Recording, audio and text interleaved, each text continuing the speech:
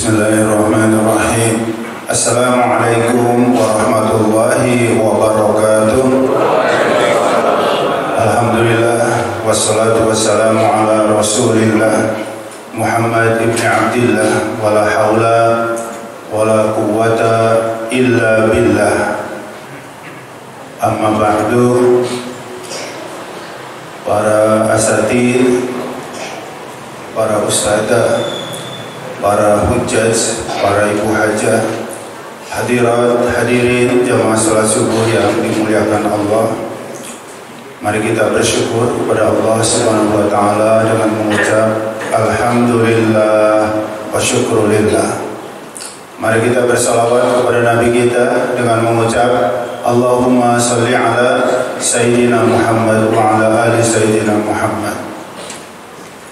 Alhamdulillah dipertemukan kembali oleh Allah di rumah Allah untuk melakukan atau menunaikan salat subuh berjamaah, dan beberapa saat ke depan kita akan membahas tema tadi, fikih suksesi, fikih memilih pemimpin.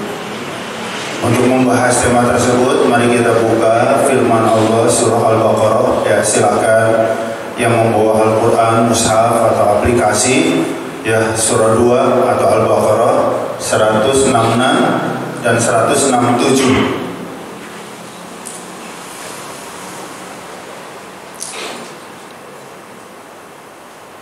A'udzu billahi minasyaitonir rajim.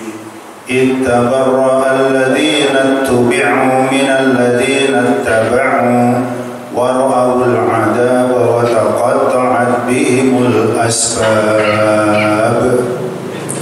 وقال الذين اتبعوا لو أن لنا كرة فنتبرأ منهم كما تبرأوا منا كذلك يريهم الله أعمالهم حسرات عليهم وما هم بخارجين من النار.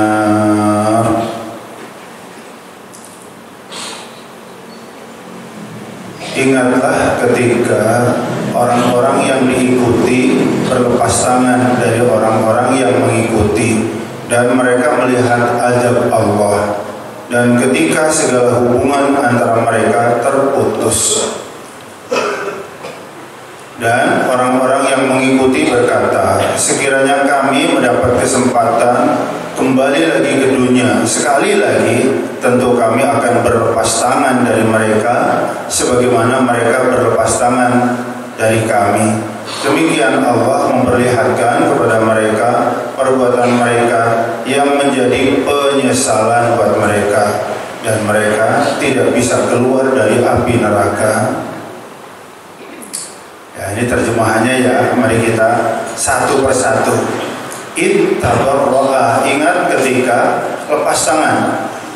Ya, lepas tangan itu lepas tanggung jawab. Alladziina ittubi'u, orang-orang yang diikuti. Ya, dalam skup kecil orang yang diikuti pemimpin, suami. Ya, di lingkungan orang yang diikuti Pak RT, pemimpin. Minal ladzina ittaba'u, dari orang-orang yang mengikuti, pemilih, makmum.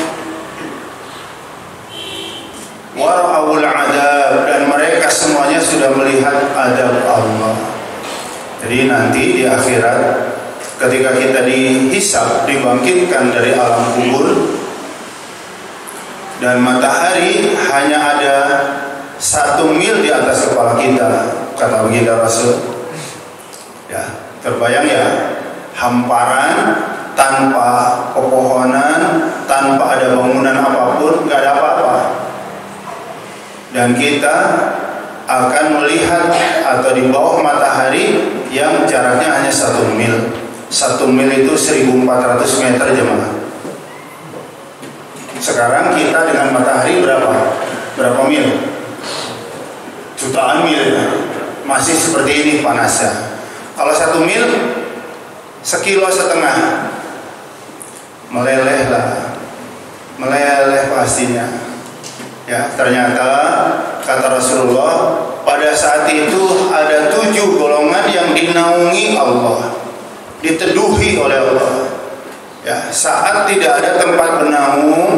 tidak ada tempat berteduh kecuali orang-orang yang diteduhi, dinaungi oleh Allah.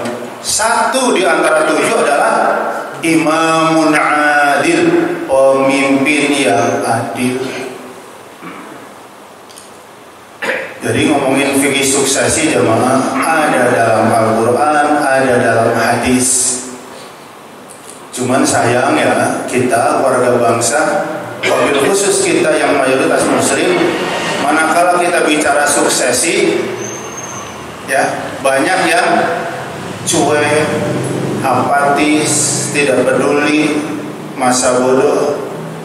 Ya, nah mudah-mudahan pagi ini yang masih cuek, apatis, masa bodoh ketika bicara suksesi, mudah-mudahan dapat pencerahan hingga kita menghadapi suksesi, situasi suksesi itu bergairah, senang, ya, semangat, seperti senangnya, gairahnya, gembiranya nanti siang kita mau makan prasmanan yang lauk pauk semua yang kita inginkan ada di situ. Kira-kira ada nggak wajah cemberut? Ya, siang-siang lapar, makan prasmanan, semua makanan yang kita inginkan ada. Kira-kira hati kita bagaimana rasanya? Sedih? Cemberut? Pasti semuanya ceria. Asik. Karena apa? Karena hidangan yang kita inginkan sangat spesial, semuanya ada di situ. Seharusnya kita kaum muslimin, wabil khusus anak bangsa secara umum, bicara sukses itu seperti itu. Ya. Karena apa? Ya, kita kurang semangat kadang-kadang. Pertama, karena merasa tidak memiliki kepentingan. Nah ini nih. Nggak datang ke pos RW, ada pemilihan ketua RW, terserah, saya emang nggak ada kepentingan tuh. Jadi kalau kita merasa nggak ada kepentingan, ya akhirnya kita hilang gairah, hilang semangat, dan nggak mau ambil bagian. Ya, tinggal pertanyaan sekarang, masa sih kita kalah dengan gerakan punten ya, ini udah menjadi rahasia umum, gerakan G30S PKI 1965. Ya, mereka bergerak untuk melakukan makar. Makarnya apa? Ingin merebut, ingin mengambil alih kekuasaan yang sah dengan cara yang tidak sah. Kok tidak sah? Kudeta. Tidak ada itu dalam konstitusi kita kudeta. Berarti apa? Mengambil kekuasaan sah ya harus sabar nunggu 5 tahun sekali, seperti tahun ini. Ya. Sampai-sampai mereka melakukan segala cara, bunuh dah. Siapa yang merintangi jalannya dihabisi. Ya. 7 tentara nasional kita dibunuh oleh PKI dan dikubur di tempat yang sama. Kenapa? Karena mereka dianggap akan merintangi jalan mereka. Bukan hanya mereka, banyak para ulama, para kiai dan tokoh-tokoh nasional yang dihabisi, yang dianggap merintangi jalan mereka untuk merebut kekuasaan yang sah dengan cara yang tidak sah. Sebegitu semangatnya ya. Sekali lagi saya ulang, PKI semangat banget sampai cara-cara yang haram, yang ilegal pun dilakukan. Kenapa? Ini jawabannya. Karena mereka sadar banget sebuah ideologi tanpa di backup kekuasaan memang lemah. Kan bertanya balik sama kita umat Islam punya ideologi apa enggak? Akidah, ideologi itu keyakinan ya bang. Ya, kita umat Islam punya ideologi apa enggak? Punyalah, Islam. Menyembah Allah, bertauhid. Ya, sementara mereka anti Tuhan. Ternyata ideologi apapun yang anti Tuhan, ideologi yang bertuhan butuh kekuasaan. Sirah Nabawiyah menjelaskan kepada kita bagaimana dakwah Nabi 13 tahun di Mekah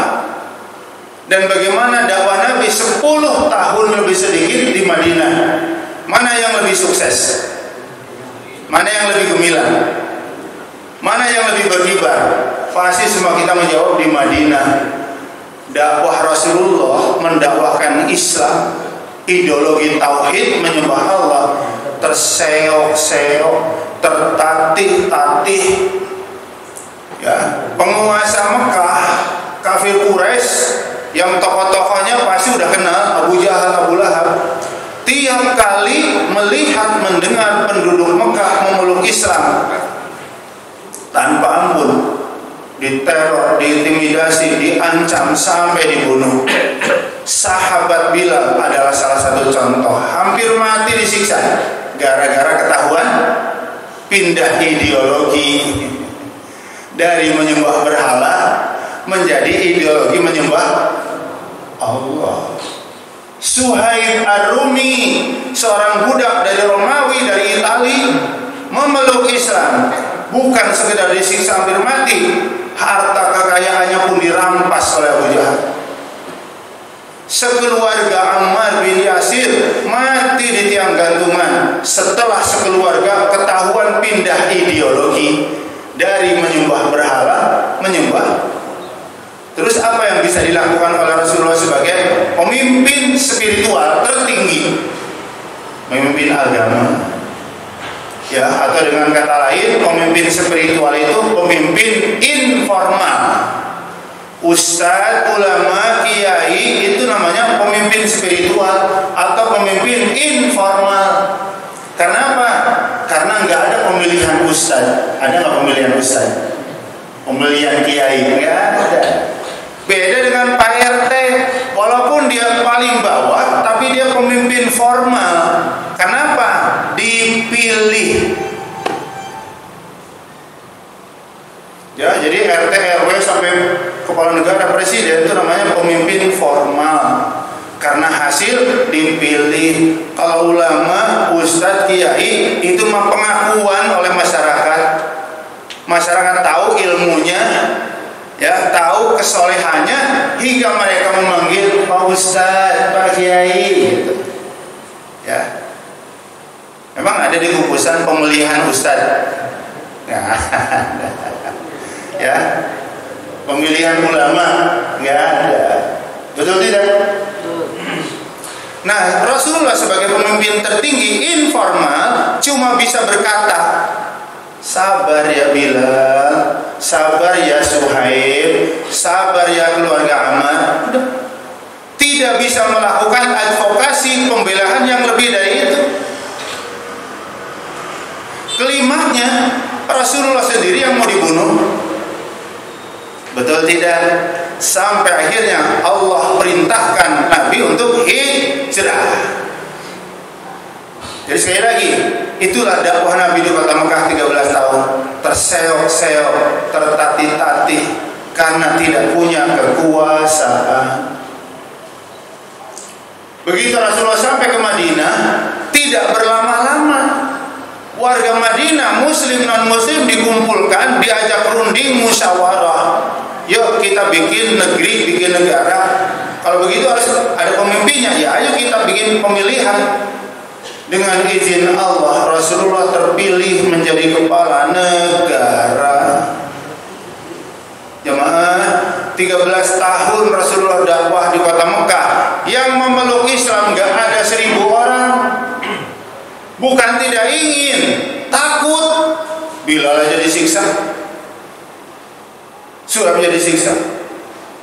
10 tahun lebih sedikit, tahun pertama Rasulullah menjadi khalifah, penduduk Madinah yang memeluk Islam lebih dari 6.000. Apa nih? Pencapaian 1 tahun dakwah Nabi di Madinah melebihi 13 tahun dakwah Nabi di kota Mekah. Kok bisa-bisa sukses begitu? Iya dong, karena di Madinah di backup dengan kekuasaan. Paham jemaah? Jadi kita tahun ini punya kepentingan apa enggak? Punya dong. Kepenginlah punya pemimpin yang mau jagain agama kita. Gimana sih konkretnya bentuk ngejagain? Kalau Ustadz Agus sebagai tokoh ulama di Depok, sebagai imam di sini, didolimin, pelakunya tangkap dong, penjarakan dong. Itu namanya saya pemimpin ngejagain agama. Tapi kalau ada lebih 20 tokoh-tokoh agama wabil khusus kita, pelakunya didolimin, dijahatin oleh penjahat, dan pelakunya tidak ditangkap, apalagi diadili, betul tidak? Itu namanya agama kita jadi lemah. Nggak ke masjid, serem. Kemarin aja imam masjid saya dibacok tuh. Nggak ikut pengajian, ada Ustaz Ali Hidayat, ada Ustaz Abdul Somad, Ustaz Ali Jabir aja lagi ceramah dibacok tuh. Orang jadi males pergi dengerin ceramah, orang jadi nggak mau pergi ke masjid. Karena apa? Karena tokoh-tokoh ulamanya didolimin, tapi pelakunya tidak diberikan sanksi. Alih-alih diberi sanksi, katanya pelakunya semuanya orang gila. Kalau 20, 30 pelaku, 1, 2 benar pelakunya gila, mungkin kita bisa nerima. Tapi kalau 30 pelaku semuanya orang gila, benar nggak sih? Paham nggak jemaah? Ya udah, dari 3 calon pemimpin nasional kita yang menurut Bapak Ibu punya potensi bakalan ngejagain agama kita, yang mana? Itu aja, simple. Kalau sholat aja nggak bisa, baca Fatihah aja nggak bisa, apa mungkin bisa ngejagain agama kita? Kan keren ya. Calon pemimpin tertinggi di Republik ini hari Jumat, yang satu jadi khatib, yang satu jadi imam. Masya Allah. Yang mana Pak Ustaz? Silahkan dari tebak-tebak lah. Ya. Tapi kalau Bapak Ibu nanti WA ke saya jawab. Yang mana sih Pak Ustaz? Saya jawab. Ya. Paham jemaah? Keren ya. Calon RT-nya bisa jadi khatib, wakil RT-nya jadi imam. Masya Allah. Itu aja dulu buat kita sebagai kaum muslimin. Jelas sama? Ya. Jadi monggo lah dipelajari. Jadi sekali lagi kita punya kepentingan, makanya harus semangat. Milih ketua RT, pengurus RT, nyari yang sempurna apa nyari yang baik? Ayo, milih pemimpin, nyari yang baik apa nyari yang sempurna? Yang baik apa, yang sempurna nggak ada. Yang mau jadi RT, yang mau jadi RT aja udah susah. Ya, jadi kalau nyari yang sempurna jemaah nggak ada, karena sempurna milik Allah. Jadi kalau kandidatnya dulu kayak Abu Bakar, Umar, Utsman, Ali, mau milih yang mana aja? Kalau calonnya buruk semua, milih apa enggak? Ya tetap milih. Yang mana? Yang paling sedikit lah keburukannya. Kira-kira begitu. Nggak mau ke TPS, ngapain? Calonnya buruk semua. Ya, nggak ada yang pas. Calon nomor 1 kandidat ketua RT kita, sholatnya bolong-bolong, kadang sholat, kadang enggak, kadang Jumatan, kadang enggak. Calon nomor 2 udah nggak pernah sholat, tukang mabok lagi. Calon nomor 3 udah nggak pernah sholat, tukang judi lagi. Saya nggak mau milih lah. Jamaah, tahu pertandingan sepak bola kan? 11 ya, pertandingan sepak bola 11 melawan 11, nggak ada wasit. Apa yang terjadi? Apa yang terjadi jemaah? Ya, Pak Jayadi handsport, enggak. Barusan bola kena tangan bapak, enggak ada wasit, berantem sama dia. Pak Jayadi lagi ngiring bola, ya ditekel sama Pak Haji Utang. Marah dia, maaf saya niatnya ngambil bola, kena kaki bapak. Jangan curang dong Pak Utang. Ya udah minta maaf. Awas sekali lagi, berantem tuh. Artinya apa tuh? Ada wasit dengan segala kontroversinya, hakul yakin lebih baik ketimbang tanpa wasit. Calon ketua RT yang pertama sholatnya bolong-bolong. Ya, calon ketua RT yang kedua nggak pernah sholat, ketiga nggak pernah sholat, tukang judi. Saya yakin ada ketua RT dengan segala kekurangannya lebih baik ketimbang di lingkungan nggak ada ketua RT. Betul tidak? Ini Pak Agus, Pak Ustadz Agus dengan Ustadz Jayadi kan rumahnya pada depan tuh atau dekat. Pak Jayadi mau berangkat ngantor jam 6 manasin motor sampai jam setengah 7. Knalpotnya recing lagi. Pak Agus lagi kurang enak badan, nggak enak sebenarnya mau negur tapi terpaksa. Maaf Pak Jayadi, apa motornya bisa dimatiin? Saya lagi kurang enak badan, nih pusing dengar knalpot motor bapak. Apa kata Pak Jayadi? Pak Agus, motor saya panasin di teras rumah saya, mau sampai jam berapa terserah saya. Ya enggak gitu kali Pak Ustadz, kita mau bertetangga toko seliro dikit lah. Ya. Apa kata Pak Jayadi? Pak Agus, kalau mau dengerin sumpel aja kuping bapak. Berantem. Datang Pak Utang, tetangganya yang mendengar, melihat tetangganya lagi gaduh. Ada apa nih pagi-pagi pada ribut? Malah oleh dua-duanya langsung, gak usah ikut campur, ini urusan kita. Pak Utang mati kutu. Karena apa? Statusnya warga sama seperti beliau. Tapi kalau yang datang bapak yang pakai peci ini sebagai ketua RT, yakin beda. Ada apa nih pagi-pagi pada ribut? Pak RT gak usah ikut campur. Bapak punya power, gue RT. Tuh. Warga lingkungan saya harus pada akur. Masa pagi-pagi udah berantem? Kalau mau ribut, pergi dari sini. Powernya ada. Makanya apa? Kayak tadi pertandingan sepak bola 11-11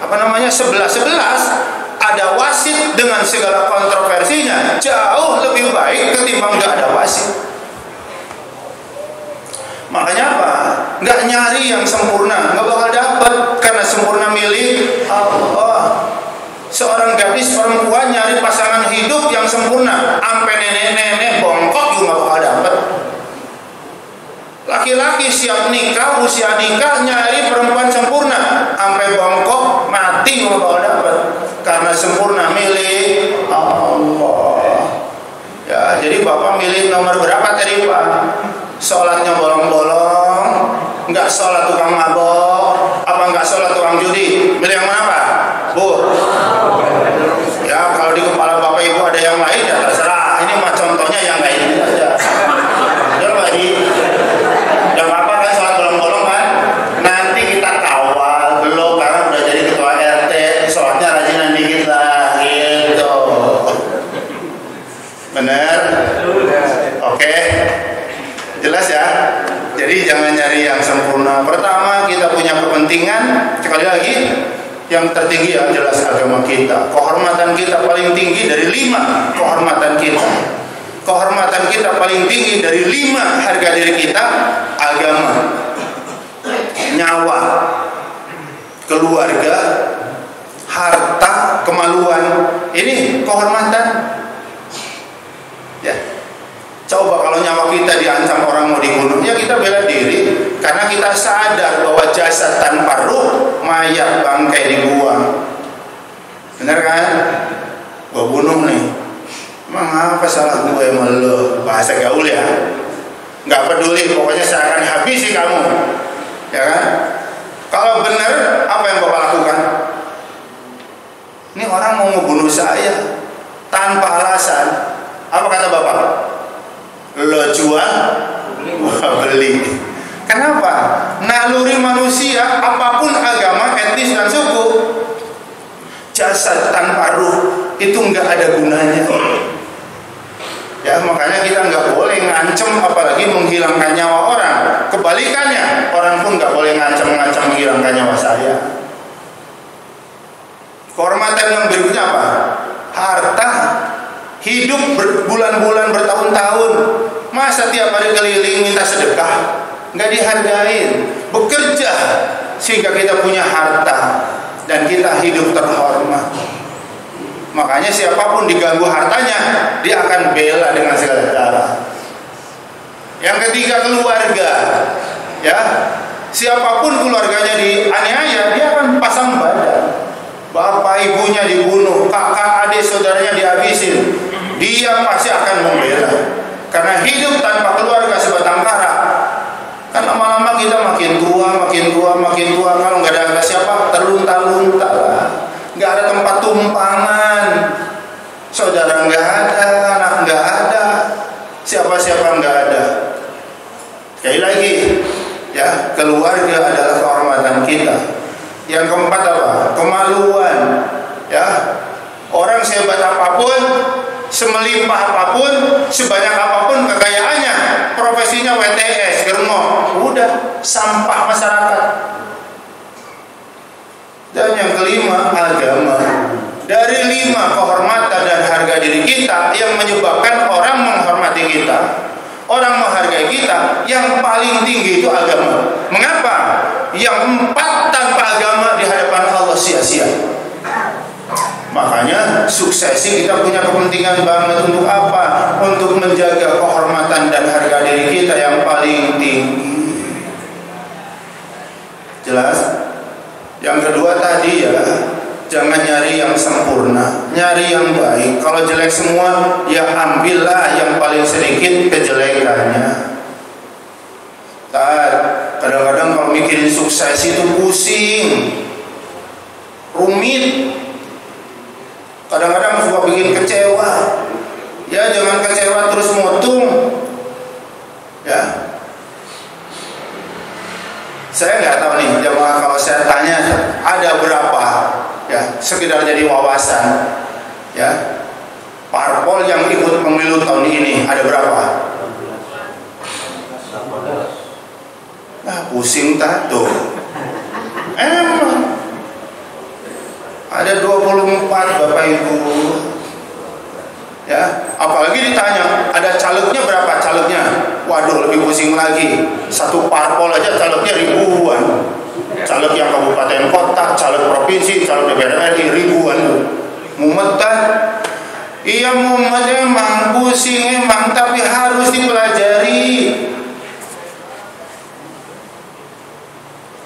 Ya masih ada waktu seminggu lebih dikit dengan bertanya.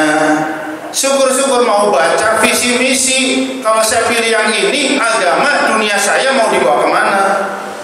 Itu tahu dari visi misinya. Jangan sampai tanggal 14 ya kita masih seperti transaksi membeli kucing di dalam karung. Kan nggak ketahuan jantan apa betina. Ya tua dikarungin. Anakan apa indukan? Hitam, putih, apa oranye? Ya kelihatan kan? Pincang apa enggak? Picak apa buta? Picak satu, buta dua-duanya. Lokal apa anggora? Nggak kelihatan. Ya, makanya dipelajari. Walaupun susah, walaupun rumit, walaupun sulit. Kenapa harus dipelajari? Karena kita punya falsafah hidup, berakit-rakit ke hulu, berenang-renang ke tepian. Syair lagunya Bang Haji Romai Rama itu bukan syair lagu kaleng-kaleng itu. Syair lagu mengambil dari falsafah hidup kita. Saya dulu waktu SD, masih SD, belum terlalu tercerna. Jadi orang namanya aku usia SD dengerin ceramah itu belum terlalu bisa mencerna. Nasihat orang tua belum terlalu bisa mencerna. Tapi ingat, sayup-sayup kata orang tua, kalau kamu kepengen panen, sawahnya dicangkul, dibajak. Mencangkul, membajak sawah capek apa enggak? Capek. Tapi kita laksanakan. Kepengen panen, benihnya disemai, nyemai benih capek apa enggak? Capek. Benih padi disemai sampai cukup untuk ditanam di sawah umur berapa hari? Ini enggak ada yang petani kan? Berapa hari Pak Haji? Berapa?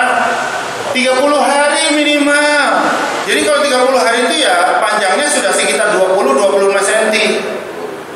Sebab kalau nanam padi masih pendek, ditanam sampai pohon padinya terendam air mati. Makanya nungguin benih yang disemai tinggi dulu. Jadi kalau ditanam pohonnya masuk ke sawah 5 cm tapi masih kelihatan pohonnya. Ustaz Anwar tahu anaknya petani, nandur padi di sawah maju apa mundur?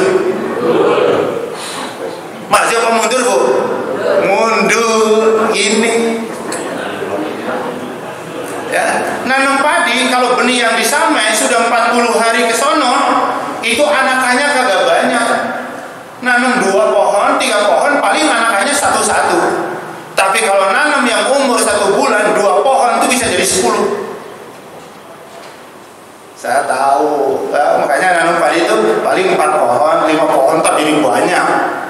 Anak aja banyak. Capek apa enggak? Capek. Dilakukan enggak? Dilakukan. Kenapa? Pengen panen. Ya, katanya kepengen punya pemimpin yang baik, pelajarilah. Ya, disederhanakan saja. Yang mana Pak Ustadz yang dipelajari udah partai yang ajasnya Islam atau partai yang basis masanya Islam? Yang nasionalis punten mohon maaf, lupakan aja. Kenapa lupakan? Yang Islami pasti nasionalis, tapi yang nasionalis belum tentu Islami. Mohon maaf sekali lagi. Tahu dari mana Pak Ustadz? Dulu berjuang merebut Pertiwi NKRI dari penjajah. Yang banyak di garda terdepan siapa?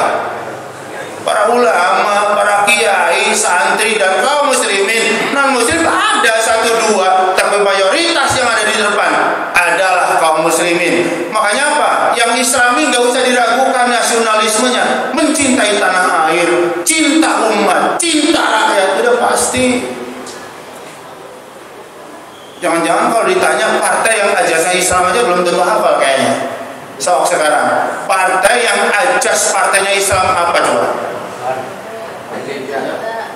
Apa Pak? Ada 3 Pak. Apa Pak?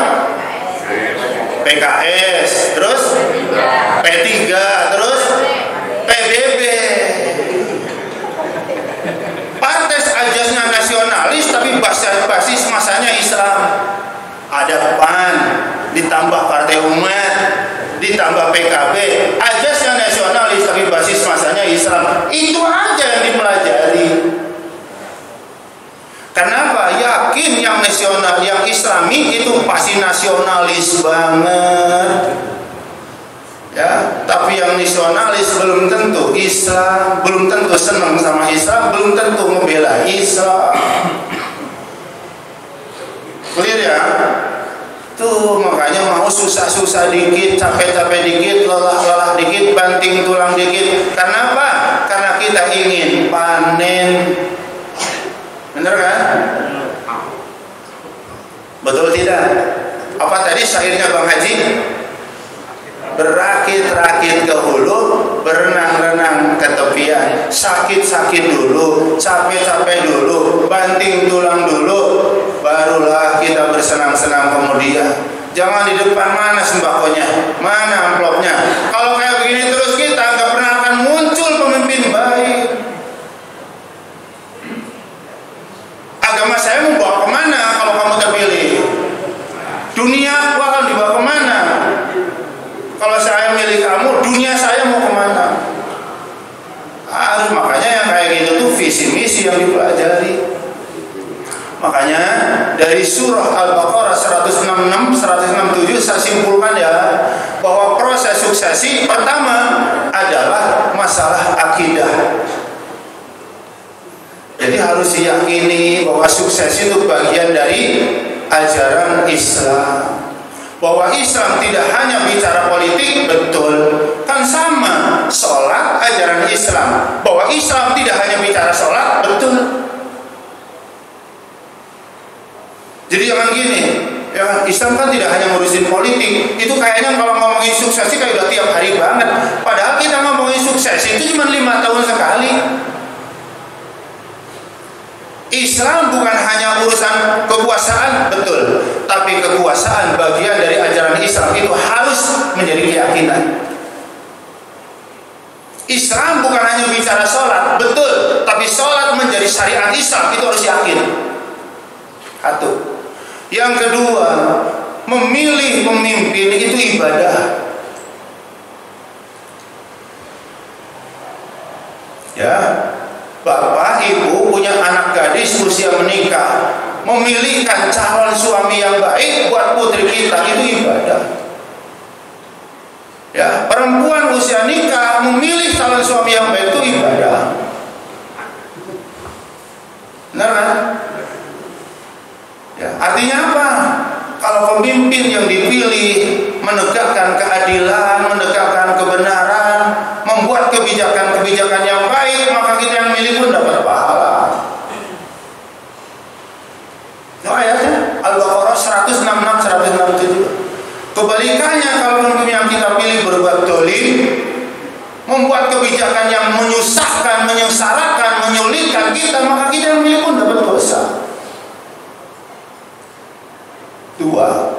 Yang ketiga, memilih ketua RT, pengurus RT adalah mas'uliyah, ada tanggung jawabnya nanti di hari kiamat. Jangan gini, Pak Ustaz soal milih mah demokrasi bebas yang mana aja. Bener, betul. Ya, milih calon suami yang mana aja suka-suka saya. Bener, betul. Tapi saya ngingetin bahwa yang kita pilih kelak ada tanggung jawabnya di hadapan Allah. Mana kamu? Kok saya ditinggalin? Apa kata yang dipilih? Saya udah nggak ada hubungan lagi dengan kamu. Lah kok begitu? Kan dulu kamu datang ke rumah saya, kamu ngajak saya, dulu kamu ngasih kaos, dulu kamu ngasih bendera, dulu kamu ngasih ini.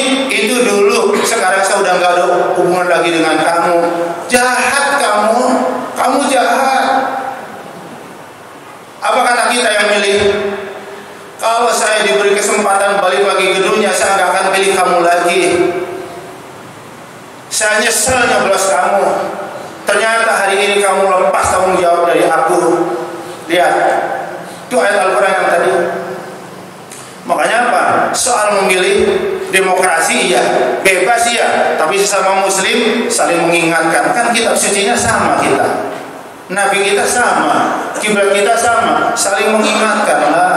Demokrasi betul, bebas memilih betul, suka-suka saya betul, tapi kewajiban para ulama, para ustadz mengingatkan bahwa yang kita lakukan bakal ada tanggung jawabnya di hadapan Allah nanti.